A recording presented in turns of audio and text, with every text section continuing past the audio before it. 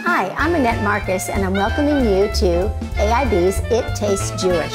And if you have any questions or would like to see the recipes, you could check out www.aibtv.com/It-Tastes-Jewish. Today we're going to be making some holiday foods, one of which is called potato latkes, which we eat at Hanukkah time. Another one is called cheese blintzes, which we eat in Shavuot. And the other one is called matzo brei, which we enjoy at Passover time.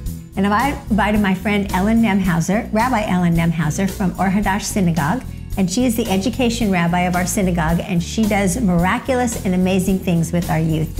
And besides that, she loves to cook. So we're going to have a great time together. And we're going to cook together, and then we're going to hear some wonderful words about each of the holidays that we're cooking each one of these recipes for.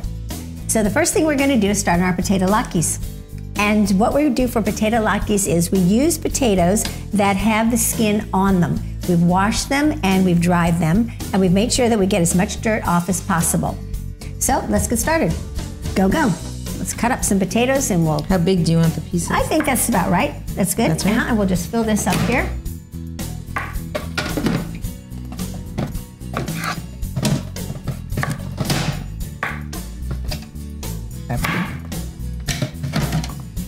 There we go. Let's throw them in here. All right. And go ahead. Put on? No, we'll do all of them together. Put as many as we can. Your Cuisinart's a little bigger than mine. Yes, I have a very large one. And then we're going to do the onions separately, and then we're going to let the onions sit and squeeze them dry. Well, that's going to be good for the first one. Let me cut a little of this brown off. Okay. I'll probably take a couple of those off so that we can make sure that this door closes. Okay.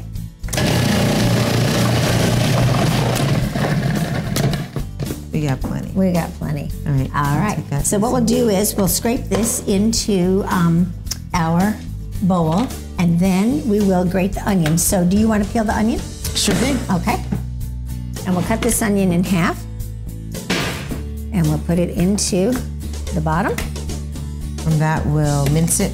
Exactly. And then we'll squeeze it out afterwards, because the water moisture inside potato latkes is not good, because it will hit the fry oil and it will go sizzling all over the place. Okay. Good. All right, now we'll scrape that into our bowl. And we'll let that sit. Scrape it into this extra bowl? Yeah, okay, right there. Okay, so we're gonna put our timer on for 20 minutes. No tears. No tears is good. We're gonna let this sit for about 20 minutes. And just right on the cabinet, it doesn't have to go into the fridge, just can sit right on the cabinet. Okay. Now I'm gonna take these potatoes that have been draining for about 20 minutes in our glass bowl, and I'm gonna put them into a colander. And I have this colander in my sink, and it's gonna take away all of the starch that's inside the potatoes, and it's gonna make the potato latkes a lot fluffier when we fry them. So I'm going to just use my spatula and gently move them into the colander and let them just sit here for about 10 minutes. The potatoes have been sitting in this colander for about 10 minutes, and you can see that they're kind of brown, but that's just the starch. So what we're going to do is we're going to run them under some cold water, and right before your eyes you're going to see that they're just going to, all of this starch is going to fall right off into the sink, and the potatoes are going to turn nice and white again. So I'm just going to use my hand and work it through with this nice cold water, and the brown starch is starting to disappear. So we're just going to do this for a couple minutes and make sure that we get it all out. And this flavor, eliminating this starch, is going to make the flavor of your potato latkes much, much nicer. Okay. So Ellen, would you like to take these towels and spread them out? We'll use one for each. And I'll let this soak just a second into the, I'm gonna squeeze a little bit, get that excess water out. And then we're gonna drop them onto our towels and we're gonna squeeze the towels until it is dry as possible. I'm gonna tell you a little trick that I have about reheating them. And you actually even can make them early in the morning. Okay. And then you can put them on a cookie rack, you know, with the lines in it. Yeah.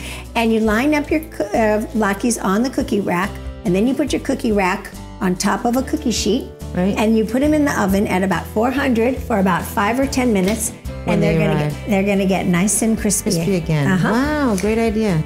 Our families expect to eat them on Hanukkah because we eat foods that are connected with oil, and this is of course fried in oil. The story with the oil is that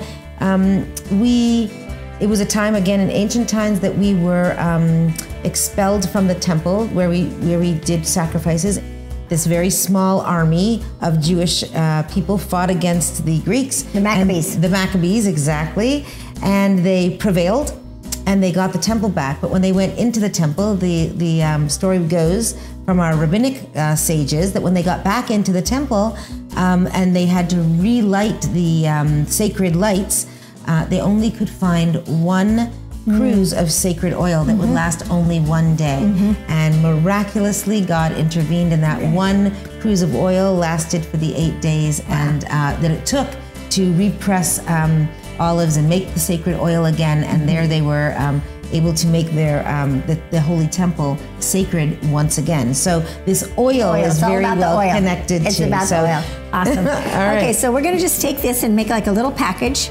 We're just gonna roll it up like this, and we're gonna fold it in and get as much moisture out as we possibly can. And you can go ahead and unwrap the potatoes and stick them both in there. And I'm gonna take this egg and mix it up.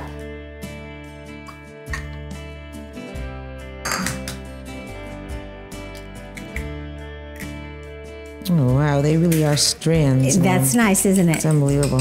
And the thinner the strands and the drier they are, the crispier it's gonna be. Okay, so we can go ahead and add that egg. And then we're gonna add our onions. And I'm gonna go ahead and squeeze these onions also into our towel and get all of the moisture out of the onions. Okay. It's hard not to make a mess. And it's okay. It's okay, it's because allowed. it's just potatoes. That's unbelievable. They're almost like dehydrated. So we'll go ahead and spread our onion out again. It's okay. Spread our onion out, and we're gonna roll it up like we did the potatoes and get all of that moisture out. And in the meantime, we'll add our egg. And we have a little bit of flour and a little bit of baking powder. And I'm gonna sprinkle it right over all over this so that it doesn't get clumped in one spot. Okay. Okay? That was flour? That was flour. Oh, very little amount. And then we're just gonna put a little baking powder in. And lots of salt and pepper. As you know, potatoes, they don't have much flavor. Like French fries.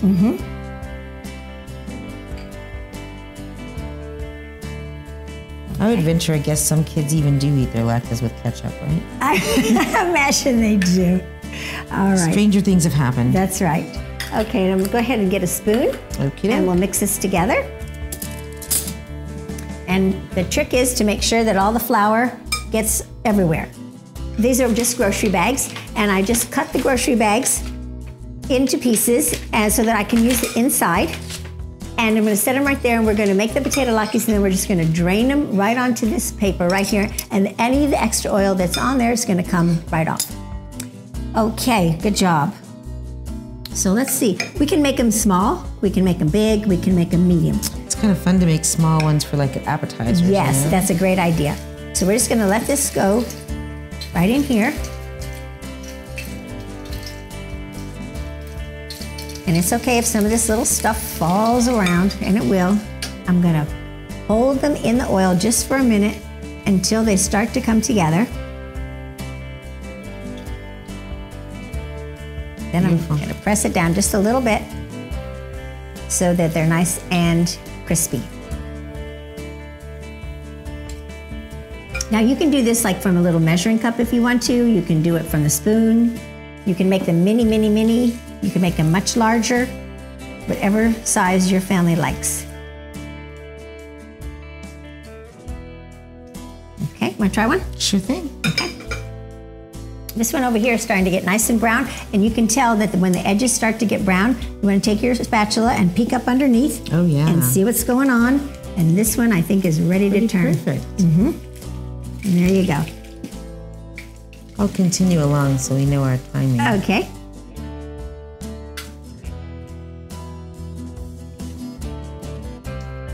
Good. I'll turn this around so you can meet it a little bit easier. Okay, we can notice that these are starting to get brown because the edges are getting brown. And once the edges start to get brown, you can take a little peek and see what's going on, and voila, it's time. They really look crispy, I must say. Yes. They're a little ornery. Now this one right here is a little bit slow, even though that one was been in longer, so that's just another example. And sometimes you can just move them around a little bit so that they become a little bit more accustomed to the hotter part of the pan. It just all depends. Okay, I'm gonna just turn this one over, and I'm gonna get a plate, and we're gonna have to start tasting these. Is it fair to say that it smells Jewish? It does smell Jewish, and it's definitely gonna taste Jewish for sure. So we're gonna give this a minute on this side, and I'm gonna get a plate for you to try. And you're not having any applesauce, or you're not having any sour cream. You're just gonna taste it today just to get the real feel of it.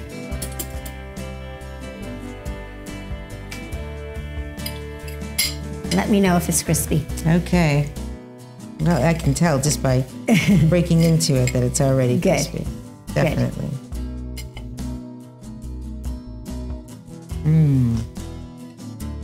Best latke I've ever tasted. Great.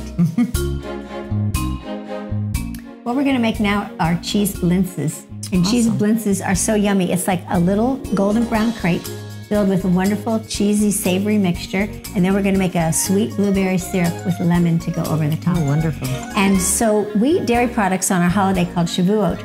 So Rabbi, tell us about Shavuot. It's a holiday on which we celebrate the receiving of the Torah, of the Ten Commandments, or the entire Torah by Moses from God on Mount Sinai.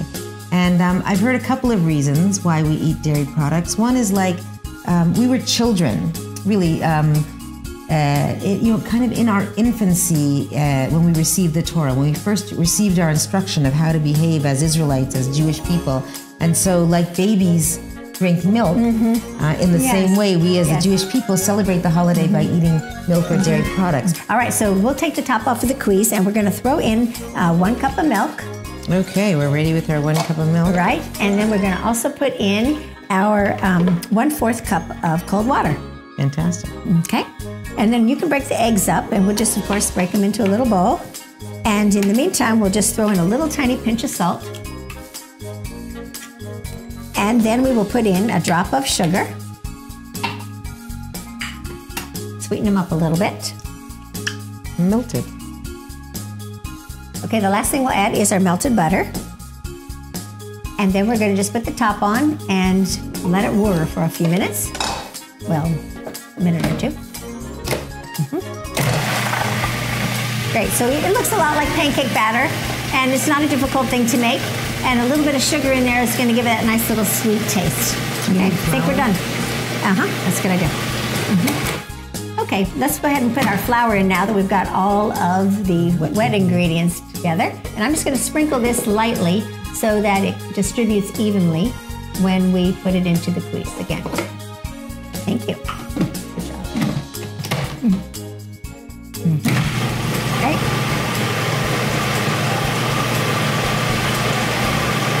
Okay. All right, so now we're gonna just pour this pancake batter into our bowl, and we're gonna just let it sit in the refrigerator for an hour or so and get nice and cold. And then we're gonna make a blueberry topping to go on our blintzes. Think we're good? Okay, Rabbi, we're making our cheese filling for our blintzes. So the first thing we're going to do is add our cheese. Now, I like to use this farmer's cheese. It's called like a dry farmer's cheese. Some people like to use ricotta cheese, or you could use cream cheese as well. So this comes in a nice package, and it's got a wonderful little wrap on it. And all you got to do is just interesting. pull it right off. And you can buy this anywhere? Yes, you can, at the grocery store, in the cheese department. Go right ahead. And the next thing that we're going to add is some little powdered sugar to give us a nice flavor of some sweetness. So we're going to throw that powdered sugar in.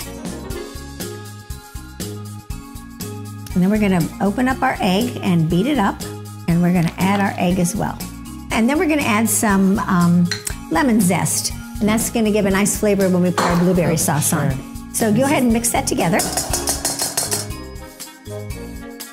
Well, our batter has been in the refrigerator for an hour, and I am going to mix it up so that it becomes more even again. Now I'm going to take my butter, and I'm just going to peel it around a little bit. And in order to keep the butter the same temperature everywhere, I'm just going to do it like this and move it around the entire pan, making sure that I get the edges as well. And what I'm going to try to do is just take this little container and put the same amount each time into the pan. Okay. So I'm going to just fill this up a little bit, and you'll have to get a feel for how much you're going to pour in. But while your pan is hot, you're going to pour it in like this, and then start to swivel your pan around. Okay.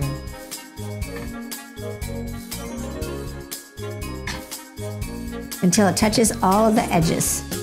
And the goal is to get it kind of thin? Yes, as thin as possible, because you don't really want it to be too thick. So we're just going to wait for a moment till it gets nice and golden brown. See the bubbles starting in there too? Yep, just like the pancake would. Just start in the middle and move out toward the edges. And start to swirl your pan so that it doesn't start cooking in one spot only. I think that's a great amount. All right. So this is starting to get a little firm. It doesn't have to get golden brown or anything like that, but you can see that it's nice and firm because it's starting to move. And I actually just pick it up with my knife, use my finger, and flip it over. Okay. So I'll take my plate over there. Your plate, okay. Okay. And I'm just going to take this right here and just slide it right off. Yep. And there we go. So we'll give it another minute, and then you can slide yours on top, and then we'll put our filling in. Just use your finger if you have to pull it off really gently. And there you go. Okay, so now let's go over here, and I'm going to show you how to wrap these up. Okay. Get one over here at a time. Okay. Tablespoon of filling? Let me just get a feel for it. What I'm going to do is I'm going to put this filling right toward the bottom, and then I'm going to lightly mash it down a little bit so that it doesn't get too thick in the center. Okay, and then I'm going to just give it one little roll and just sort of pat it down. And then take your sides next. This will keep the filling from going out the edges when you're trying to fry them. Then you have enough left so that the seams get covered up. Just kind of poke it in with your fingers. And there you have it. Wow. Okay, so you can give yours a try. Okay. And then I will get the more butter in our pan so that we can fry. Okay.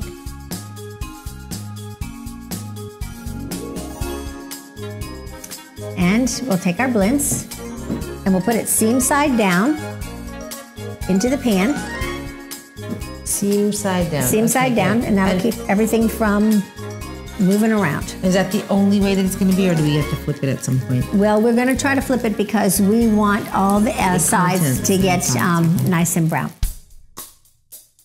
So to make our blueberry sauce that we're going to use for our topping, we are going to take these blueberries and stick those in there. Okay. And we're going to just take this little pat of butter. We're going to add that last. We have some sugar to put in with our blueberries. Just right into the warm pan? Yeah, right in there. I'm going to take the stem out. That's a good idea. I think that was the only one. Okay. And we're throwing our sugar. Okay, and then we're going to throw in a little bit of cornstarch. Okay, that'll thicken it? For a little thickener. And then some lemon juice. Ooh, and at yum. the end, we will put in a little butter after they start to get a little bit loose. Okay. And here's a spoon. Do you stir? Yes, please. And then we'll go see what's going on over here. Okay, so I'm going to go ahead and flip this one over. And you can see it's gotten nice and golden brown. And I know this one had a little bit of cheese that was going to fall out, and we'll just have to patch it up a little. So these are getting nice and golden brown. And then what we can do is after it gets brown on the bottom, we can lean them over to the sides and you can get the edges nice and brown too. So we're gonna go ahead and tilt this one just a little bit, and it's staying up by itself, but if it doesn't, you can hold it because you see that it's going pretty quick. Right. And it's nice when every side of the blintzes is golden brown. And if you make them in advance, then you put the completed one on a cookie sheet? Put it on a cookie sheet, even on a rack, and then you throw it in a hot oven, maybe 375, 400 for about 5 or 10 minutes. Okay. And they'll get nice and brown. Okay, and I'm going to turn this one on this side for a minute. These stems make them seem so fresh. Yes. Very fresh. Okay. I think we're cooking. That's good. Good temp here. All right, I think this one is nice and brown. It's nice and brown on the bottom and on the side. This one we're going to give another minute. You can put so simple. Yep, you could put sour cream on here. You could put fresh cherries. You could do like a cranberry compote or a nice warm fruit compote of any kind. Really, you can put any kind of thing you want on it. And then you can also stick these into a 9x13 baking pan, and you can just line them all up. And then you sort of have it at a brunch where all the sauce would already be on it, and it would be easy for everybody to get one. Okay, here we go. Turn this off. And how's your sauce going? I think you can have whole blueberries, I assume. Oh, yes, definitely. Okay. Throw a little bit on, and we'll get the fork. Of course, we have to dust it with a little powdered sugar. Oh. Very important. Very pretty. Yes. That looks great. Beautiful. There you go. A little lemon zest if you wanted to for decoration. Grab a fork. Pretty. Right here. Let us know. All right, I'll let you know. Make sure you get blueberries with it. See. So now we can celebrate Shavuot in style, eating our dairy from the land of milk and honey. Good? Fantastic. Yummy. Well, it tastes Jewish, which is a good thing. Now we're going to start on a Passover favorite for everyone in my family called matzo brei. And the reason we love the matzo brei so much is because it's just matzah and scrambled egg. And it makes it wonderfully tasty, and it's a nice warm dish to serve in the morning. Now, I don't know about in your family, but sometimes we put a little cinnamon and sugar on ours. Do you? Yeah, we've tried it savory, we've tried it sweet. It's good both ways, right? Good both ways. Okay, well, the way we're going to make it today is we're just going to take our matzah farfel, and this is actually just pieces of matzah that are broken up into little tiny bits ahead of time. So you don't have to make all of the hard work for yourself by breaking up large pieces. So we're going to measure about 4 cups into our bowl, and then we're going to soak it in a little bit of water to make it nice and moist. And we don't want to put so much water in it that it's dripping with water. We just want to put a little bit to cover. And I'm just going to put it right on here, just enough to cover this up and let it just absorb the water a little bit. How long will it need? I would say maybe about 4 or 5 minutes at the most. Great. And we'll let that soak up while we're beating our eggs. Okay. Okay, so we're going to take 4 eggs, and I always like to break the eggs individually into a little cup so that in case one is bad, you will not have ruined your entire situation. So we're going to break up 4 eggs, and usually a good ratio for the matzo brei is 1 piece of matzah or 1 cup of the farfel to 1 egg. And to make your matzo brei a little bit lighter, you can add just a little bit of milk, which we will do after we get our eggs beaten up. Okay, so we're gonna go ahead and mix these eggs up really quick. And we're gonna add a little bit of salt and a little bit of milk. Just a pinch? Just a pinch. And as you go, when you're preparing the matzo brei, you can take a little taste. And there's not a lot of salt or seasoning in the matzah at all. So sometimes these recipes require more salt than you're used to. So it's always good to take a taste. How much milk would you just like? about a little half a cup or so. Okay, I'm good with That's good. guessing. Yeah, that's perfect. All right. Now we're gonna check onto the matzah farfel and see if the water is absorbed. Oh yeah, it does look like it's absorbed, doesn't it? And there's just a little bit left, which is good. And we can drain it off, or we can keep stirring for a minute or two more, and it's just gonna probably absorb it up. Wonderful. And now the little pieces have become nice and pliable and nice and soft, almost like you were making French toast and your bread becomes soaked. So we're gonna go ahead and pour our eggs over this. We're gonna stir it up. You can go ahead and do that. And then we'll get this pan nice and warm, and we'll start making our matzo brei. All right, so now that we're all mixed up, we're gonna go ahead and throw this see how you do this. into this nice, we've got about 3 tablespoons of butter, nice and warm, and we're gonna throw this in here, and we're just gonna keep scrambling until it's gonna get nice and golden brown. Okay, set this over here. It'll take a few minutes. Just let it set. We'll let it set for just a few minutes. And scramble it around. And then we'll scramble it around.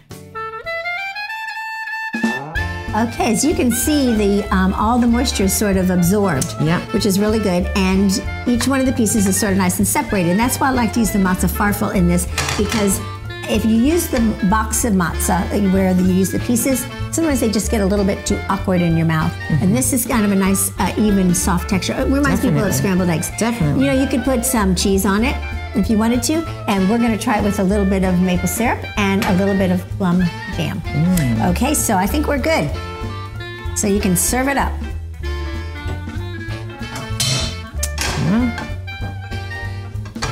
Very nice. How's that? I think that's great. Okay, want to try a little jam or a little jelly first? I mean, a little syrup first. I like jelly. Okay. Okay. So just put some on the side, and then you can just sort of dip into it. Okay. See what you think. You have to taste for salt. May need some more. Oh, perfect. Perfect? It's good? Different than my husband makes it. It is? Well, good. Now you have a new recipe, and he can be, Sunday morning, he could be reading the newspaper, and you can be in the kitchen. Delish. Okay, good. Great. Well, this is a wonderful dish to make for your family for breakfast, or this makes a fun evening dinner. Hope you enjoy.